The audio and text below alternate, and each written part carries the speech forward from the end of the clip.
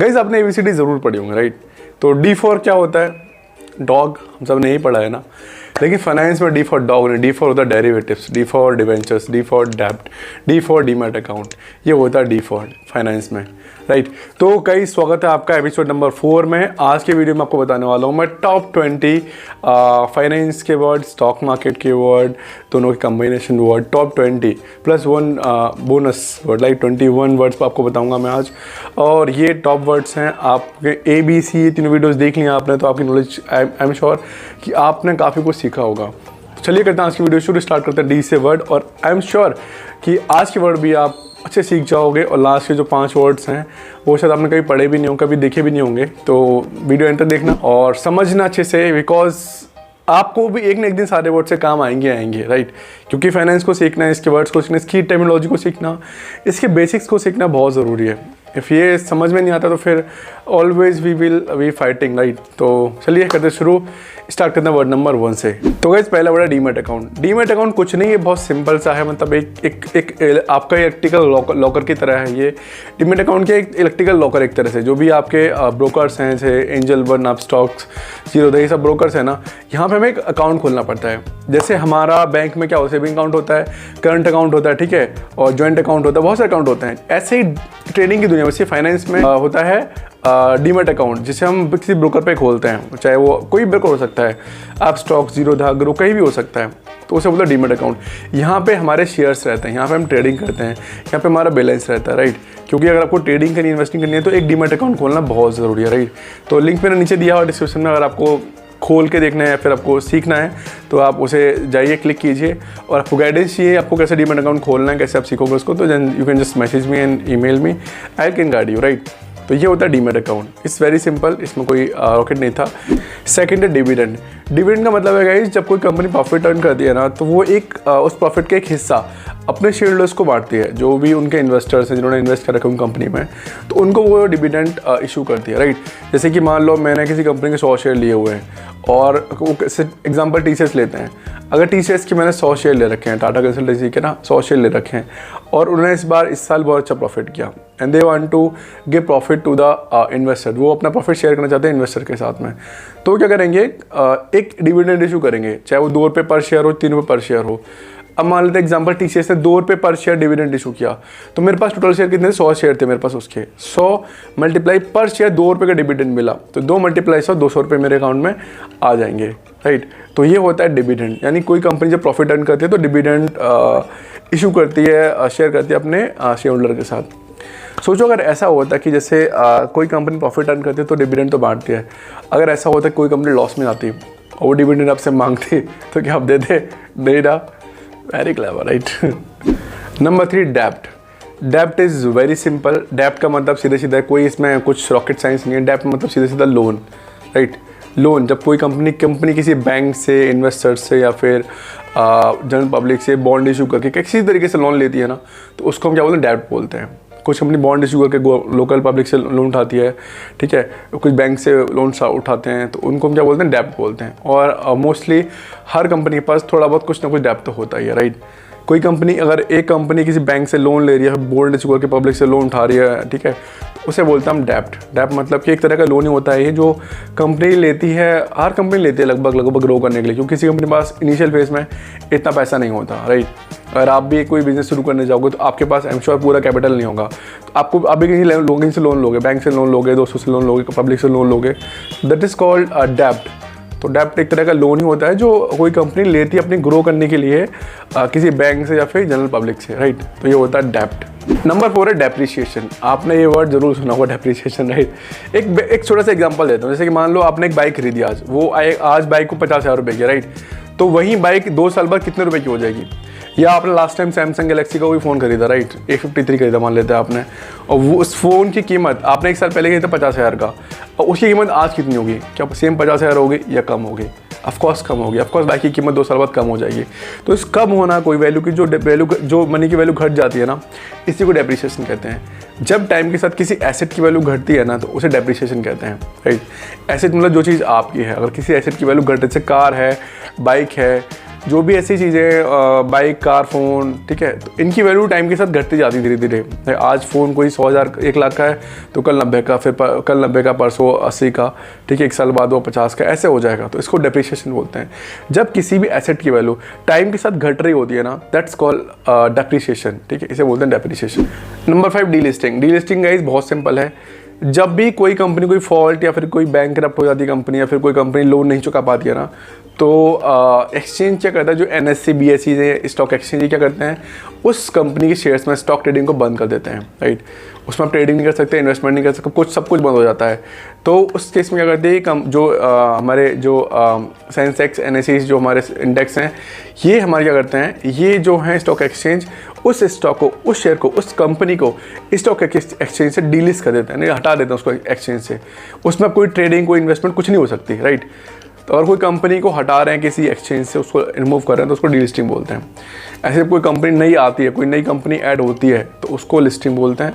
और किसी कंपनी को स्टॉक एक्सचेंज अगर हटा रहा, रिमूव कर रहा है, तो उसको हम डीलिस्टिंग बोलते हैं। ये जब भी होता है जब कोई कंपनी बैंकरप्ट हो जाए, या लोन ना चुका पाए, या कोई फ्रॉड कर दे, इस केस में इसको डीलिस्टिंग बोलते हैं। ओके।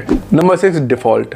डिफ़ॉल्ट आपने डिफ़ॉल्टर वर्ड सुना है? डिफ़ॉल्टर मीन्स होता है कोई गड़बड़ करने वाला, राइट। उसको डिफ़ॉल्टर बोलते हैं कि डिफ़ॉल्टर है ये। तो ये मतलब मेरे डिप्लोमा तब भी थे, डिप्लोमा में हॉस्टल में थे हम लोग, तो वहाँ पे एक टीम थी डिफ़ॉल्टर के नाम से, कि डिफ़ॉल्टर्स हैं हम लोग। याद है, मतलब थोड़ा मस्ती मजाक या फिर ऐसा होता रहता था, जो बहुत ऊधम करने वाले लोग थे। तो हॉस्टल में तो आप जानते हैं कि अपने अपने छोटे मोटे ग्रुप होते हैं, वहाँ पे हंसी मजाक चलता रहता है, वहाँ पे लोग मिलजुल के रहते हैं, राइट। तो वहाँ पे एक हम 10-20 लोगों की टीम थी, उसको डिफ़ॉल्टर बोलते कि लोग डिफ़ॉल्टर है ये लोग। तो इस तरीके से फन होता था वहाँ पे। तो ऐसे ही स्टॉक मार्केट और फाइनेंस के दुनिया में जब कोई कंपनी कुछ गड़बड़ घोटाला कर देती है, ठीक है, तो उसे डिफ़ॉल्ट बोलते हैं, ठीक है। फिर कोई लोन नहीं चुका पा, सबसे इंपॉर्टेंट, अगर कोई कंपनी लोन नहीं चुका पा रही है, अपना कर्ज नहीं चुका पा रही है, उसको डिफ़ॉल्ट बोलते हैं, ठीक है।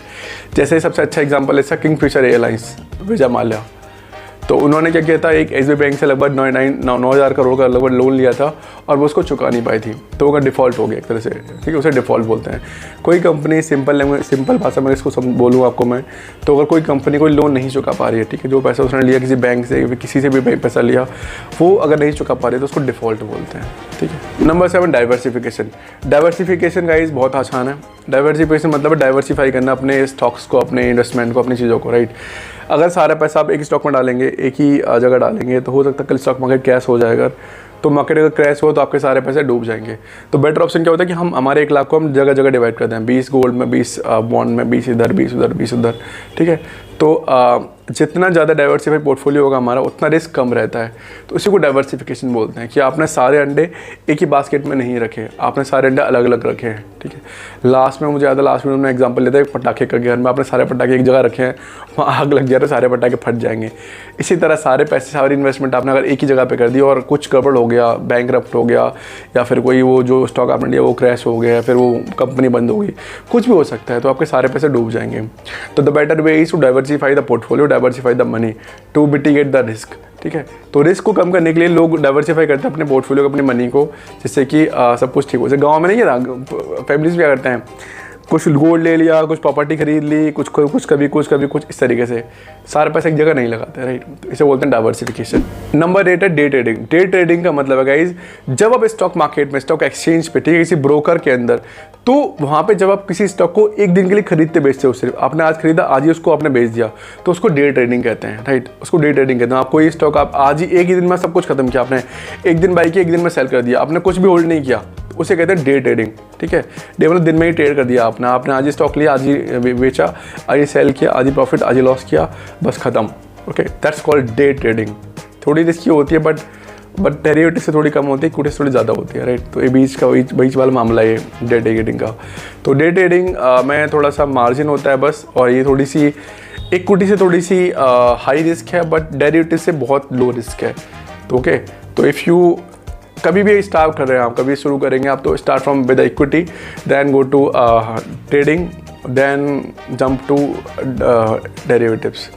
If you direct jump to derivative, then have a big loss. Okay, number 9 है गाइस डाउनग्रेड। डाउनग्रेड का मतलब सिंपल सा है कि किसी की वैल्यू को डाउन कर देना।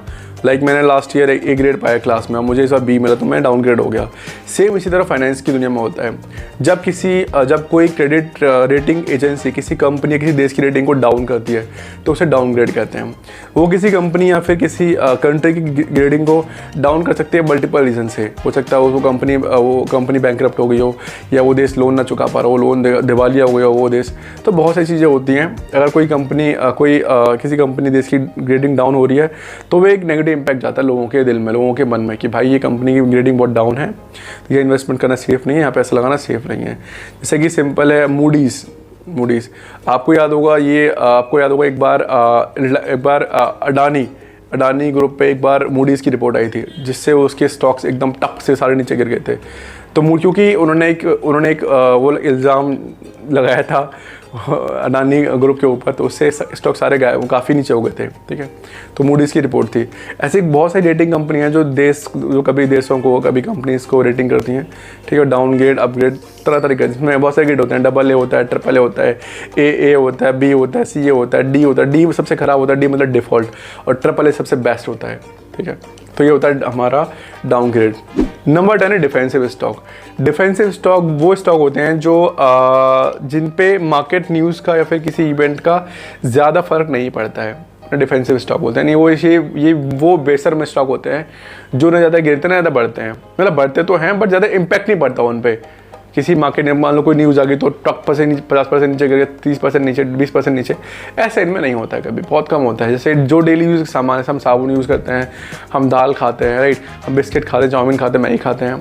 तो ये जो डेली यूज़ की जो कंपनी है ना कुछ, इनके स्टॉक पे ज़्यादा फर्क नहीं पड़ता क्योंकि इनके सामान हम डेली यूज़ कर ही रहे हैं। कोई ऑटोमोबाइल या फिर कोई मोबाइल मैन्युफैक्चरिंग प्लांट नहीं है ये। तो ऐसे स्टॉक जिन पे मार्केट न्यूज़ का या फिर किसी इवेंट का कोई ज़्यादा फर्क नहीं पड़ता, उनको डिफेंसिव स्टॉक बोलते हैं। अगर आप इन्वेस्टिंग करते हैं, आपके अकाउंट में, आपके वॉलेट में, फिर आपके डीमैट अकाउंट में कोई ऐसा डिफेंसिव स्टॉक है तो कमेंट में ज़रूर बताना। नंबर 11 है गाइस डिवेंचर। डिवेंचर भी एक तरह का लोन ही है। लाइक जैसे डेप्ट होता है ना, और बॉन्ड्स होते हैं। लास्ट वीडियो में बताया था बी वाले मैंने कि बॉन्ड मतलब वो कंपनी बॉन्ड इशू करती है और पब्लिक से लोन उठाती है, राइट। ये डिवेंचर भी सेम ही होता है। डिवेंचर इशू करती है कोई कंपनी, पब्लिक से लोन लेती है। बट फ़र्क इतना है कि जो बॉन्ड्स होते हैं वो जनरली बहुत बड़ी बड़ी कंपनियां फिर गवर्नमेंट इशू करती है, लेकिन debenture private company, small caps, mid cap भी कंपनी इशू करती है डिवेंचर। तो डिवेंचर थोड़े रिस्की होते हैं बिकॉज छोटी कंपनी इशू कर रही है, तो डिवेंचर थोड़े रिस्की होते हैं। बट ये भी लोन ही एक तरह से। फ़र्क इतना है सिर्फ कि बॉन्ड्स बड़ी कंपनी और गवर्नमेंट इशू करती है, और डिवेंचर छोटी कंपनी और स्मॉल कैप या मिड कैप जो कंपनीज हैं वो इशू करती हैं। बस होता है एक तरह का लोन ही है। तो डिवेंचर मीन्स मतलब डिवेंचर भी एक तरह का लोन है जो कंपनी जनरल पब्लिक से उठाती है, और डिवेंचर इशू करती है एक फिक्स इंटरेस्ट रेट पे। यानी आपसे कोई अगर कुछ लोन ले, कुछ अपना डिवेंचर आपको इशू किए हैं किसी कंपनी ने, और वो आपसे कुछ पैसे ले रही है, तो आपको उन पैसे के ऊपर कुछ फिक्स इंटरेस्ट देने का वो कंपनी प्रॉमिस करती है। अब एक फिक्स टाइम के बाद आपको उसके ऊपर एक फिक्स जो इंटरेस्ट है वो आपको मिलेगा, just like the bond. Number 12 है डिपॉजिटरी। डिपॉजिटरी का मतलब है कि ये वो ऑर्गेनाइजेशन है जो डीमैट अकाउंट्स को मैनेज करते हैं। अब डीमैट अकाउंट खोलते हो ब्रोकर्स में, तो उनको मैनेज करते हैं डिपॉजिटरी। अभी इंडिया में 2 ही मेन डिपॉजिटरी हैं, NSDL और CDSL। NSDL NSE का है, और जो अपना ये है ये सेंसेक्स का है CDSL। तो डिपॉजिटरी जो मेन हमारे अकाउंट्स को मैनेज करते हैं, हमारे जो सारे शेयर्स रहते हैं वो इन डिपॉजिटरी NSDL और CDSL में ही रहते हैं, राइट। आप कभी सोचोगे आपके स्टॉक्स जो आपके ब्रोकर्स हैं कभी बंद हो गई है, सारे ऐप बंद हो गए, तो हमारे पैसे गायब नहीं होंगे, क्योंकि हमारे जो स्टॉक्स हैं, हमारे जो शेयर्स हैं वो इलेक्ट्रॉनिक फॉर्म में हमारे कहाँ पे हैं, हमारे डिपॉजिटरी जो NSDL और CDSL हैं उनके पास हमारे सेव हैं, तो डरने की कोई बात नहीं है। नंबर 13 है गाइस डेरिवेटिव्स। डेरिवेटिव्स एक वो फाइनेंशियल प्रोडक्ट है जिसकी खुद की कोई वैल्यू नहीं होती। इनकी वैल्यूज क्या करती है, इनकी वैल्यू डिपेंड करती है हमारे फ्यूचर्स पे, ठीक है। जैसे बेस्ट एग्जांपल, मान लो आम आज 100 रुपये किलो है, और आप बैट लगाते हो कि कल आम 120 रुपये किलो हो जाएगा, और मैं बैट लगा रहा हूँ कल आम 80 रुपये किलो हो जाएगा। तो अब इसमें क्या है, अगर आम 80 हुआ तो मैं बैट जीत जाऊँगा, तो मेरे पैसे बढ़ जाएंगे। और आम 120 हो गया तो आप पैसे जीतोगे, आपकी बैट आप जीत जाओगे बैट, फिर मैं बैट हार जाऊँगा, तो मेरे पैसे खत्म हो जाएंगे। यानी कि इस केस में कोई एक तो बैट हारेगा, जो हारेगा वो लॉस करे, जो जीतेगा वो प्रॉफिट करेगा। सेम ऐसे ही होता है डेरिवेटिव्स में, सेम ऐसे ही होता है ऑप्शन ट्रेडिंग में, कमोडिटी में, गोल्ड सिल्वर में। आप एक कॉन्ट्रैक्ट इशू रिलीज़ होता है, ठीक है, हर हफ्ते में, हर महीने में, उस कॉन्ट्रैक्ट की वैल्यू जितना पे सेट हो, जितने पे रिलीज़ हुआ है कॉन्ट्रैक्ट को, उसकी उतनी वैल्यू पहुंच गई है, उससे ज़्यादा उसकी वैल्यू पहुंच गई तो प्रॉफिट होगा, अदरवाइज जीरो हो जाएगा। सेम ऑप्शंस में होता है ऑप्शन ट्रेडर से एक प्रीमियम बाई करते हैं कि आज मार्केट 2000 है, कल 2020 पहुंच जाएगा तो प्रॉफिट होगा, 2020 नहीं पहुंचा तो लॉस हो जाएगा, ठीक है। तो ऑप्शन ट्रेडिंग में ऐसा होता है, सबसे खतरनाक ट्रेडिंग ऑप्शन ट्रेडिंग होती है अभी तो फिलहाल इंडिया में, राइट। तो ये बहुत डेंजर है, बहुत रिस्की भी होता है। तो जब भी आप इससे कभी स्टार्ट करें तो आप be careful, be a good learner, then start. तो ये था डेरिवेटिव सिंपल में, जिसकी खुद की कोई वैल्यू नहीं होती, उसकी वैल्यू फ्यूचर पे डिपेंड करती है, इसे कहते हैं डेरिवेटिव। नंबर 15 है गाइस डिस्ट्रीब्यूशन। डिस्ट्रीब्यूशन का सिंपल सा मतलब है जब कोई कंपनी बहुत सारा प्रॉफिट होने के बाद अपने प्रॉफिट को वो शेयर करती है अपने इन्वेस्टर्स के साथ, वो चाहे डिविडेंड दे दे, चाहे वो शेयर बाईबैक करे, चाहे वो किसी और लिक्विड फॉर्म में दे दे, वो किसी भी तरीके से अपने प्रॉफिट को जब शेयर करते हैं किसी इन्वेस्टर्स के साथ, अपने शेयर होल्डर्स के साथ में, तो उसे डिस्ट्रीब्यूशन कहते हैं। ये डिविडेंड से बिल्कुल अलग है। हर डिविडेंड एक डिस्ट्रीब्यूशन होता है और बट हर डिस्ट्रीब्यूशन एक डिविडेंड नहीं होता। डिविडेंड मतलब कंपनी ने प्रॉफिट शेयर किया अपने इन्वेस्टर्स के साथ में एज अ डिविडेंड फॉर्म में, लेकिन डिस्ट्रीब्यूशन में क्या है, डिस्ट्रीब्यूशन में कंपनी किसी भी फॉर्म में अपना प्रॉफिट शेयर कर सकती है इन्वेस्टर्स के साथ में, चाहे वो डिविडेंड दे, चाहे वो पैसे दे, चाहे वो लिक्विड फॉर्म में दे, चाहे वो किसी भी तरीके से दे, ठीक है। तो वो होता है डिस्ट्रीब्यूशन। नंबर 16 है गाइस डिस्काउंट। डिस्काउंट का सिंपल सा मतलब है जब कोई स्टॉक उसकी इंट्रिंसिक वैल्यू से कम वैल्यू में मिलता है ना, तो उसे डिस्काउंट कहते हैं। मान लो कोई HDFC का शेयर है आज, मान लो एग्जांपल HDFC का शेयर 100 रुपये का है, तो उसकी इंट्रिंसिक वैल्यू 100 रुपये है आज, राइट। अगर वही शेयर आपको 80 का मिल जाए तो क्या होगा, उसकी इंट्रिंसिक वैल्यू के आपसे उसको इंट्रिंसिक वैल्यू से नीचे आपको शेयर मिल रहा है, तो आप प्रॉफिट में हो जाओगे। तो एक स्मार्ट इन्वेस्टर क्या करता है, हमेशा वो हमेशा ऐसे स्टॉक देखते हैं जिनकी इंट्रिंसिक वैल्यू हमेशा उनकी जिनकी शेयर प्राइस की वैल्यू उनकी इंट्रिंसिक वैल्यू से कम होती है, क्योंकि इस टाइम जो स्टॉक सस्ते मिल रहे होते हैं। तो एक दिन ऐसा आएगा जब उनकी प्राइस बढ़ेगी तो क्या होगा, उनको प्रॉफिट होगा। तो इसे कहते हैं हम लोग डिस्काउंट। जब कोई स्टॉक उसकी इंटरेस्ट वैल्यू से कम रेट में मिलता है उसे डिस्काउंट कहते हैं। नंबर 17 है ड्यू डिलीजेंस। ड्यू डिलीजेंस का सिंपल सा मतलब है जब किसी कंपनी में इन्वेस्ट करने से पहले उसकी पूरी जांच पड़ताल की जाए, तो उसे ड्यू डिलीजेंस बोलते हैं। जैसे आप कोई प्रॉपर्टी खरीदने जा रहे हो, कुछ भी खरीदने जाते हो आप, ठीक है, जैसे कोई गिफ्ट खरीद रहे हो आप, तो पूरी जांच पड़ताल करते हैं। कोई फ़ोन खरीद रहे हो, उसकी पूरी जांच पड़ताल करते हैं कि फ़ोन में क्या फीचर, रैम कितनी है और ये कितना, वो कितना, सारे फीचर हम चेक करते हैं। ऐसी कंपनी में होता है जब एक कंपनी किसी दूसरी कंपनी को खरीद रही होती है, फिर जब आप किसी कंपनी में बहुत मेजर अमाउंट में इन्वेस्ट कर रहे होते हैं, तो आप पूरी जांच पड़ताल कंपनी ही करते हैं। तो कंपनी की पूरी जांच पड़ताल करना, पूरी उसके बारे में पूरी जानकारी निकालना, उसी को क्या बोलते हैं, उसी को बोलते हैं हम लोग ड्यू डिलीजेंस फाइनेंस के टर्म में, राइट। नंबर 18 है डायरेक्ट इन्वेस्टमेंट। डायरेक्ट इन्वेस्टमेंट का मतलब है कि जब आप किसी स्टॉक में डायरेक्ट इन्वेस्ट करते हैं। कई तरीके म्यूचुअल फंड आप खरीद लो, एक ही तरीके है म्यूचुअल फंड खरीद सकते हैं, वहाँ पे आप इन्वेस्टमेंट कर सकते हैं। आप FDs लेते हैं आप, ठीक है, RD लेते हैं आप, तरह तरह के इन्वेस्टमेंट होते हैं। वो इनडायरेक्ट इन्वेस्टमेंट होगी किसी स्टॉक में, किसी कंपनी में। डायरेक्ट इन्वेस्टमेंट का मतलब क्या है कि आपने किसी कंपनी के शेयर्स डायरेक्ट खरीद लिए, ठीक है, उसे बोलते हैं डायरेक्ट इन्वेस्टमेंट। जब किसी कंपनी के शेयर आप डायरेक्ट इन्वेस्ट करते हो, उसमें डायरेक्ट आप खरीदो किसी ब्रोकर के थ्रू जाके, तो उसे बोलते हैं हम लोग डायरेक्ट इन्वेस्टमेंट। इनडायरेक्ट होता है म्यूचुअल फंड, FD, RD सब इनडायरेक्ट इन्वेस्टमेंट है। डायरेक्ट मतलब जब किसी कंपनी के शेयर आप डायरेक्ट खरीदते हो, उसे बोलते हैं डायरेक्ट इन्वेस्टमेंट। नंबर 19 है guys double taxation. Double taxation का मतलब है जब कोई कंपनी 2 बार टैक्स पे करती है। जैसे मान लो किसी कंपनी ने प्रॉफिट अर्न किया तो प्रॉफिट पर उसने टैक्स दिया, और जब वही प्रॉफिट को कंपनी अपने डिविडेंड के रूप में अपने शेयर होल्डर्स को देगी तो वहाँ पे उसको टैक्स देना पड़ेगा। इसे बोलते हैं डबल टैक्सेशन। जब किसी प्रॉफिट पे आप 2 बार टैक्स दे रहे हो तो उसे डबल टैक्सेशन कहते हैं। नंबर 20 लास्ट है guys discount rate. Discount rate का मतलब है, डिस्काउंट रेट वो इंटरेस्ट है, इसका यूज़ हम करते हैं फ्यूचर में जो पैसे हैं उनको आज के पैसे में कन्वर्ट करने के लिए। यानी कि आज की जो पैसे की वैल्यू फ्यूचर में क्या होगी, फ्यूचर के जो पैसे हैं उनकी आज वैल्यू क्या है, इसको निकालने के लिए डिस्काउंट रेट का यूज़ करते हैं। जनरली कंपनी जब एक कंपनी किसी भी कंपनी खरीदने वाली होती है तो वहाँ ये वैल्यूएशन के लिए इसका यूज़ किया जाता है। ये थोड़ा डिफिकल्ट टर्म है, इसको हम थोड़ा डेप्थ में, ठीक है, डेप्थ में जब सीरीज़ खत्म हो जाएगी तो कुछ वर्ड मैं उठाऊंगा सारी सीरीज़ से जिनको हम डेप्थ में कवर करेंगे। सिंपल अभी आप ये समझो कि डिस्काउंट रेट का यूज़ करते हैं फ्यूचर में जो पैसे होने वाले, फ्यूचर में जो पैसे हैं उनकी वैल्यू आज क्या है, या जो आज पैसे उनकी फ्यूचर में क्या वैल्यू होगी, तो उसको निकालने के लिए क्या यूज़ करते हैं, डिस्काउंट रेट का यूज़ करते हैं। तो गाइज ये थे डी से शुरू होने वाले 20 फाइनेंस टर्म्स। तो आई विश कि आपको समझ में आया होगा। एंड वीडियो अच्छी लगी तो प्लीज़ लाइक कीजिएगा, शेयर कीजिएगा। और अब 4 एपिसोड खत्म हो चुके हैं, 20 × 4, ठीक है, तो यानी 20 चौक आपने 80 वर्ड सीख चुके हैं आप। कॉन्ग्रेचुलेशंस। अब परसों मिलेंगे हम लोग ई वर्ड के साथ, जहाँ पे आपको 20 वर्ड में और सिखाऊंगा, जहाँ पे आपकी नॉलेज में थोड़ा बूस्ट और मिलेगा। चलिए मिलते हैं अगली वीडियो में हम लोग एपिसोड नंबर 5 के साथ परसों।